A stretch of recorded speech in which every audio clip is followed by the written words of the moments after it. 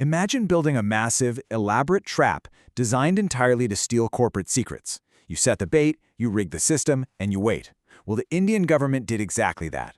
They built a highly complex, aggressive trap to force foreign pharmaceutical giants to hand over their tech to local companies. They literally tried to engineer a tech transfer by sheer force. But man, did it trigger a spectacular backfire.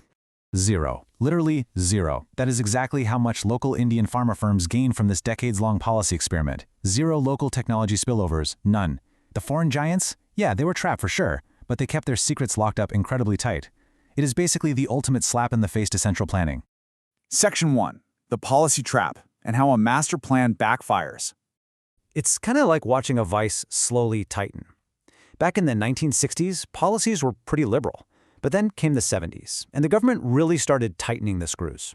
We're talking strict limits on foreign direct investment and just draconian drug price controls. The goal here? Forced self-reliance and ridiculously cheap medicine. So for decades, the government progressively strangled the market. Now, the grand plan was simple, but aggressive. The idea was to strip foreign monopolies of their power and just funnel all that cutting-edge tech directly into local Indian hands. Policymakers truly believed that creating a brutal business environment would basically bleed foreign knowledge out to the domestic underdogs. It was meant to be a forced wealth transfer of pure intellect. Section 2. Rigging the game and manipulating the market. The arena was just blatantly rigged from the start. On one side, you have the foreign giants facing incredibly strict equity caps and forced licensing. On the exact opposite side, you have the local underdogs, enjoying purposefully weak patent laws. See, the law protected the process of making a drug, but not the drug itself. So local firms were essentially given a massive legal green light to reverse engineer pretty much anything they wanted. This trap was breathtakingly hostile. First up, process patents only, which practically rolls out the red carpet for copycats. Second, the drug price control order, literally forcing dirt-cheap sales. And third, and honestly this is the most shocking one, overall profit margins were legally capped at around 6%. 6%! The entire environment was engineered to suffocate foreign profits and bleed out their intellectual property. Section 3. Tracking the hidden tech. Now, throughout this explainer, we're relying on hard evidence, not just assumptions. So, Step 1. Researchers tracked 95 major pharmaceutical companies in India. Step 2. They followed their exact financial and research data for 14 long years. Step 3. They used advanced production functions to mathematically calculate the tech spillovers. We are quite literally calculating who copied whose homework. And this wasn't just some public PR spin either. Researchers unlocked an unpublished, firm-level dataset directly from the Reserve Bank of India. 14 years of hidden financial reality. So this isn't just a theory we're talking about here. This is undeniable mathematical truth. Section 4.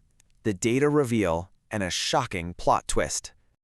Okay, here is the ultimate punchline. Look at the tech spillovers from foreign giants to local Indian firms. Flat. Zero. Absolutely nothing. But what about tech spillovers from foreign giants to other foreign giants operating in India? Significant growth. The locals got absolutely nothing out of this deal. The only significant R&D spillovers were between MNCs and each other. The irony here is just devastating.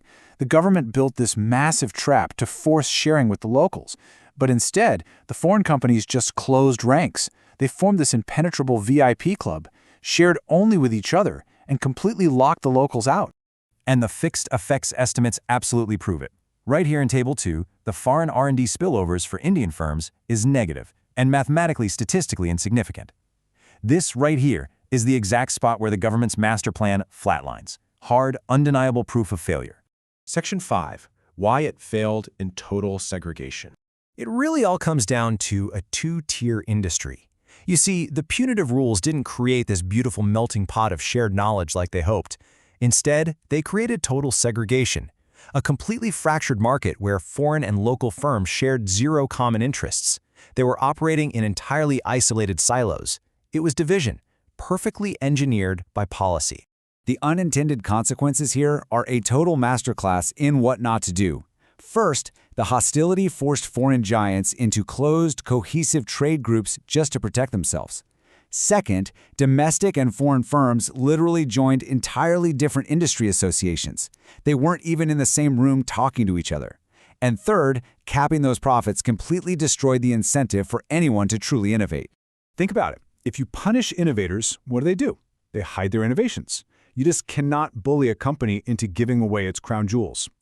So the foreign firms brought older tech. They severely limited local research. They built incredibly high walls. Punishing success guaranteed a total lack of sharing. Section 6. Lessons, Flaws, and the Ultimate Trap. But wait, because the researchers actually admit a massive limitation here, a really critical academic blind spot. They only looked for local knowledge sharing inside India. But what if the Indian firms just looked elsewhere? Indian firms are primarily absorbing technology through international spillovers. And there is the final twist. Local Indian companies eventually became highly profitable anyway. How? By completely bypassing the local market. They went global. They absorbed foreign technology from international markets and just ignored the local trap entirely. The big takeaway here: you cannot force a thriving, innovative market by building restrictive walls. It just never works. Heavy-handed regulation, insane price controls, and weak property rights do not foster growth. They foster secrecy. They create devastating, completely unintended consequences.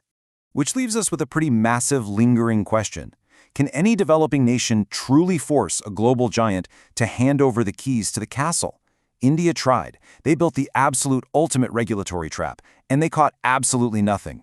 So when governments today try to restrict data or force tech transfers, are they just building the exact same trap destined for the exact same zero? Thanks for joining me on this explainer. Keep questioning the consensus.